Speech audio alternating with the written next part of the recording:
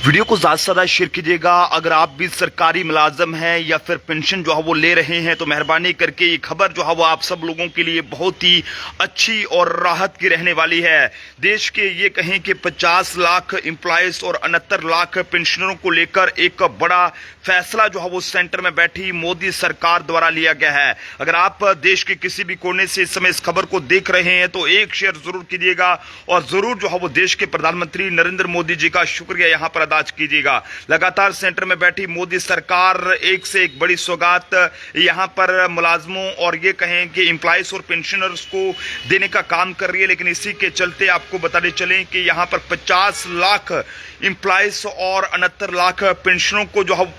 को जो है वो 8th पे कमीशन का ये कहें कि बेनिफिट जो है वो 1 जनवरी से जो है वो मिलेगा। इस बारे में आपको बताते चलें कि सेंटर में बैठी मोदी सरकार ने 8वें केंद्रीय वेतन आयोग के गठन को मंजूरी जो है वो दे दी है, जिसमें देश के प्रधानमंत्री नरेंद्र मोदी जी की अध्यक्षता में हुई केंद्रीय मंत्रिमंडल की बैठक में वेतन आयोग के लिए संदर्भ शर्तों को भी जो है वो यहां पर पूरी कर दिया गया है और 1 जनवरी 2025 से इनके लागू होने की संभावना जो है वो जताई जा रही है। आयोग अस्थायी निकाय होगा और आयोग की अध्यक्ष सुप्रीम कोर्ट की पूर्व जज जो फार्मर जज हैं जस्टिस रंजना प्रकाश देसाई और इसी के साथ प्रोफेसर पुलक घोष सदस्य और इसी के साथ साथ पंकज जैन सदस्य सचिव होंगे। आयोग सरकार की अंतरिम रिपोर्ट जो है वो सौंपेगा और 8वां वेतन आयोग 18 महीनों के अंदर अंदर जो है वो अपनी सिफारिशों को देगा। ऐसे में सेंटर में बैठी मोदी सरकार की करीब लगभग ये कहें कि यहां पर केंद्र सरकार के लगभग आपको ये बताते चलें कि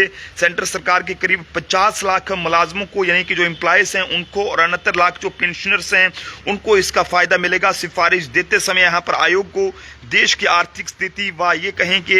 यहाँ पर जो यानी सरकारी जो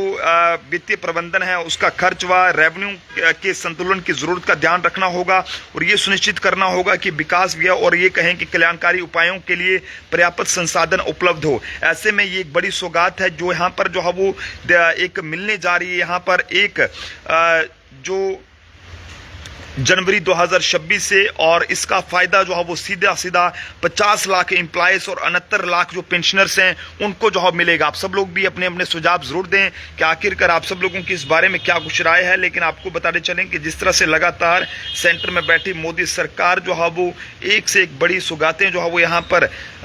एम्प्लॉयज को और पेंशनर्स को दे रही है। लेकिन इसी के चलते खबर जो है वो यहाँ पर यह है कि 8वें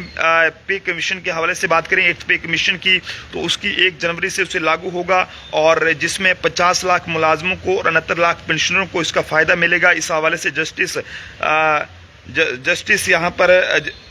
आपको बताते चलें कि रंजना देसाई जी की अगर बात करें तो जो कि जिनको अध्यक्ष बनाया गया है और इसी के साथ साथ बाकी जो शर्तें हैं उनको निर्धारित यहाँ पर करने को कहा गया है। 18 महीने के अंदर ये जो है वो इसका रिपोर्ट जो है वो सौंपने को कहा गया है। तो जनता भी अपने अपने सुझाव जो है वो जरूर दे कि आखिरकार सेंटर में बैठी मोदी सरकार द्वारा इस लिए के फैसले को आप किस तरह से देखते हैं।